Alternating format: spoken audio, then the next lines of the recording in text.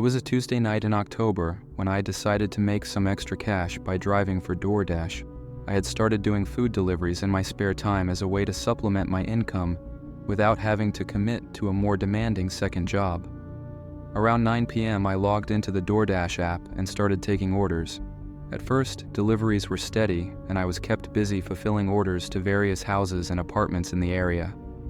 But around 11 p.m. things slowed down considerably. I spent about 20 minutes driving around the main shopping plaza in my town, where many of the most popular restaurants for delivery were located. I was hoping another order would come in soon. Eventually, I got a notification for a new order, a regular-sized delivery headed just over 4 miles away. After picking up the food at the restaurant, I plugged the customer's address into my GPS and set off. Almost immediately, I noticed something strange.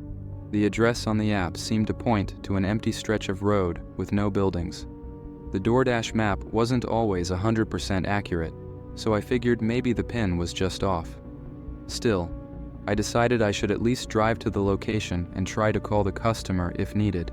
It took me just under 20 minutes to reach the destination street. This road was completely bare, no houses, no other cars, no intersections. It didn't even have lane dividers painted. At the end, it turned into a dark, gravelly path. Beside the road was a weatherhead wooden sign, but it was so faded that I couldn't make out what it said. I hesitated briefly, then pulled forward onto the gravel road and turned on my brights. Up ahead, I could barely make out some kind of structure. As I cautiously drove closer, my phone dinged. Apparently, I had arrived at 2760, the delivery address. In my headlights, I could now see an old mobile home or RV parked in the middle of nowhere. The numbers 2760 were haphazardly painted on the door. This was definitely the right location, but it seemed completely off. Why was someone ordering food out here? And why was this decrepit RV parked out in the woods instead of in an actual mobile home park? Uneasy but focused on completing the delivery, I got out of my car with the food in hand and walked up to the RV. Up close, it looked even more creepy and out of place.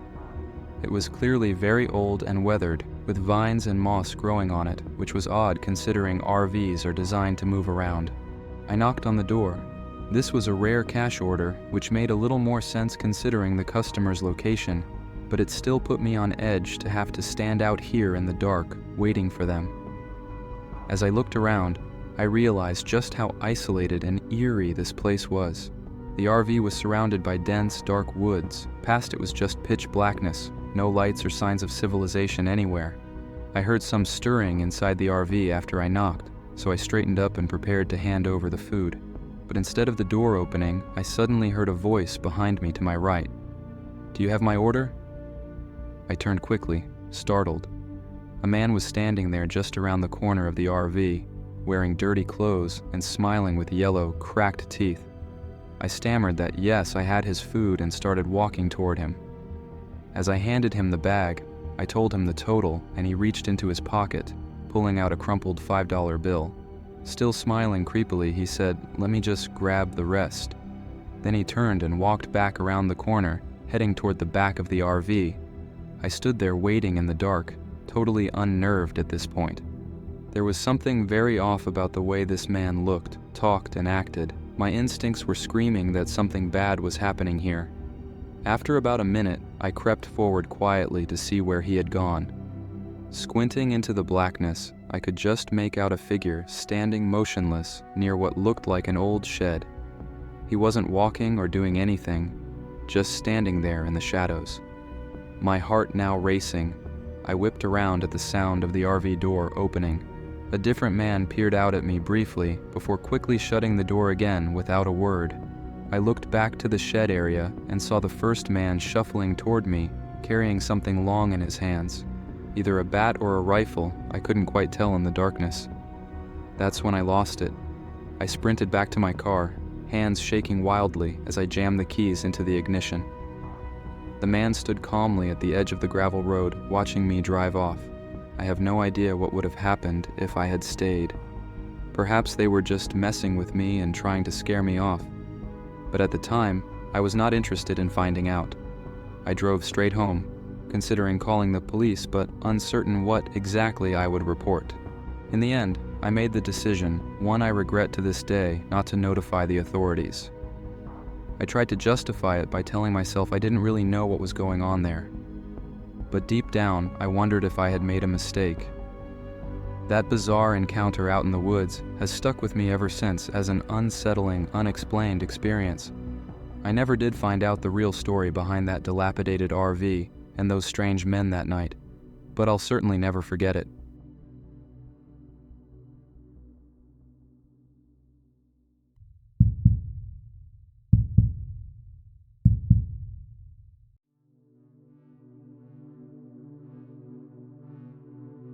I work the overnight shift at a 24-hour drive-through restaurant in a small town. It's usually pretty quiet late at night, with just a couple cars coming through every hour or so. There's typically 2 of us working, a manager and a cook. One night a few weeks ago, the cook called in sick at the last minute. I called around to all the other employees, but no one else was able to come in and cover the shift. So from midnight to 4 a.m., it was just going to be me running the whole place solo. I wasn't too worried at first. It had been a slow night so far, and I figured I could handle things on my own for a little while. I put on my headset in case any cars came through the drive-through speaker, and then started on some cleaning tasks in the back while I waited for the next person to order. About 15 minutes went by without any cars coming through. As I was scrubbing the stove tops, I suddenly heard a loud banging sound coming from the front of the restaurant. I went out to investigate and saw a man standing at the front entrance, aggressively pounding his fist on the locked glass doors. When he noticed me, the man pressed his face right up against the glass to peer inside. His eyes scanned the whole dining area before finally settling on me. As I cautiously approached the doors, he backed up a few steps but continued staring at me intently, as if waiting for me to let him in. I stopped a few feet away and yelled loudly so he could hear me through the glass. "Sorry, our dining room is closed. You'll have to order at the drive-thru if you want food." The man just stood there with a blank look on his face. I repeated myself even louder this time. "The doors are locked. You can't come in this way. Please use the drive-thru." Again, no reaction whatsoever. He just kept standing there staring at me creepily. After a few more unsuccessful attempts to communicate with him, I gave up and headed back to the kitchen, figuring he'd get the hint eventually that I wasn't letting him in. I went back to cleaning the stoves, keeping one ear out for any more banging at the entrance. After about 20 minutes, I took a quick walk through the dining area and was relieved to see the parking lot was now empty. The strange man seemed to have left. I felt better getting back to my work, knowing he was gone. But almost immediately after I finished scrubbing the stoves, I heard my headset chime, indicating someone was at the drive-thru speaker. This was the first customer all night, so I hurried over and put on my customer service voice, asking how I could take their order. Silence. I peered at the camera screen showing the drive-thru lane, but there were no cars anywhere in sight. The whole parking lot looked empty still. Confused, I glanced around the edges of the screen, wondering if maybe the motion sensor was glitching. But I saw no movement at all. Puzzled, I turned around and started heading back toward the kitchen. But after only a few steps, I froze. I could faintly hear soft footsteps creaking above me. Someone was walking around on the roof directly over my head. My blood ran cold. The footsteps were slow and careful, trying to stay quiet. But in the empty restaurant, I could hear the roof beams lightly groaning under their weight. I watched in horror as the subtle creaks in the ceiling followed a path along the roof, leading to where I knew the maintenance hatch was located. It suddenly dawned on me the man must have climbed up somehow to try and get access through the roof. Panicked, I sprinted over to the ladder leading up to the hatch. I desperately looked for any way to lock it or block it, but I had no idea how it worked or if it even could lock. Just then, I heard a loud creak directly above me as the hatch strained against pressure from outside. After a few heavy thuds, it started slowly opening. I stumbled back, heart racing. Through the small gap, I could see a single eye peering down at me. Without thinking, I ran for the front door, fumbling to unlock it with shaking hands. As soon as I got it open, I bolted outside and jumped in my car, immediately dialing 911. I sat huddled in the driver's seat, breathing heavily and watching the building through the windows with terror. The operator was trying to ask me questions, but I could barely speak. Out of the corner of my eye, I suddenly noticed movement near the front counter inside. A tall, shadowy figure crossed through the dining area, headed toward the back. He seemed to know exactly where he was going. I sat, paralyzed, listening to the faint echo of his footsteps grow fainter as he disappeared into the kitchen. It felt like ages before I finally saw the flashing police lights pull into the lot. After a quick sweep of the building and property, the officers confirmed the intruder was gone. Strangely, nothing seemed to be stolen or damaged inside. The man had broken in and just left. I gave a statement and they took the security footage to try and identify the man, but weeks later, they still have no leads.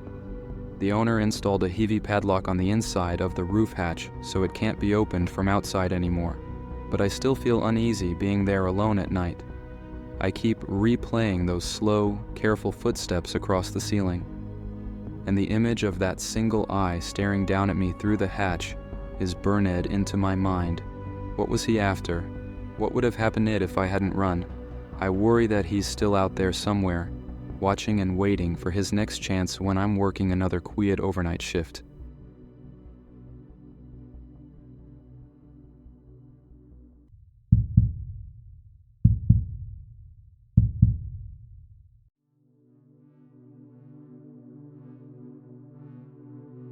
Over the last 5 years, I've been working odd jobs all around the country.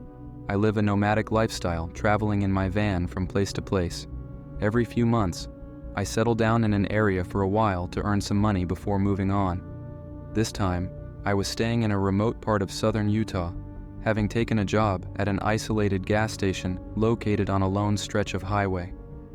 The road was mostly used by locals trying to avoid freeway traffic when crossing state lines. With nothing else around for miles, the station only got the occasional driver stopping to fill up. That kind of isolation worked for me though. Since I already lived in my van, I could stay out there for months and work. I had been there for over a month already, working random shifts. On this particular night, I was on the 10 p.m. to 6 a.m. shift. It was a dull Tuesday night in October with no customers aside from a handful stopping for gas. With not much to do besides stock shelves and pace around, I passed the time mostly on my phone. Around 1 a.m., a beat-up sedan pulled into the parking lot, backing into a spot right in front of the entrance. Figuring the driver was coming inside, I pocketed my phone and went behind the counter. A man stepped out of the car and entered the store, glancing my way with a polite smile and nod before turning down the first aisle. He began whistling an aimless tune while perusing the shelves, picking items up briefly before putting them back.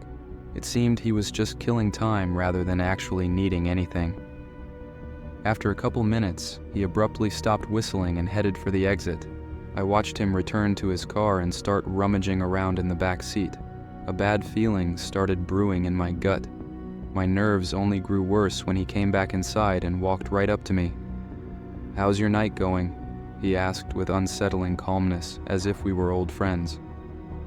I gave some short reply, trying my best to act natural while subtly looking for any weapons, but I didn't see anything obvious.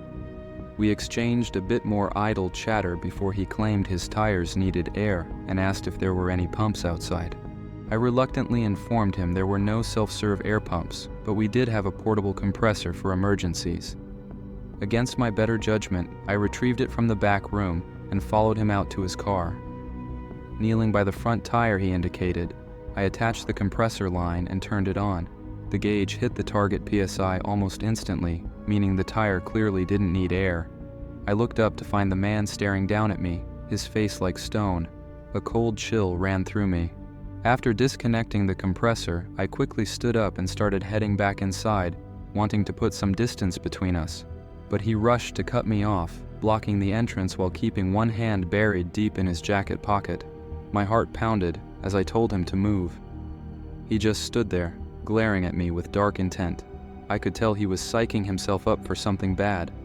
Backing away slowly, I tried to talk him down, but he suddenly dashed around me and jumped in his car. The tires screeched as he sped out of the lot and onto the highway.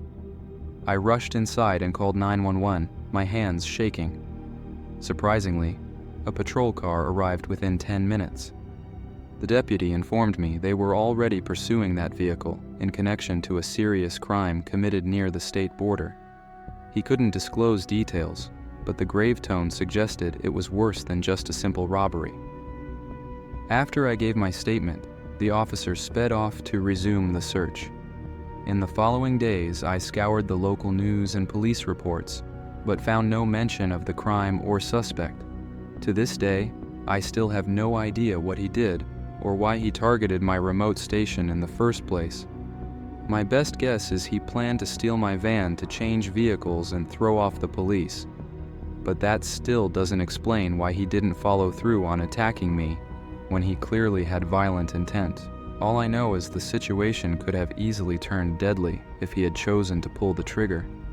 Sometimes I shudder to think just how close I came to being his next victim, and what fate led him to run away instead.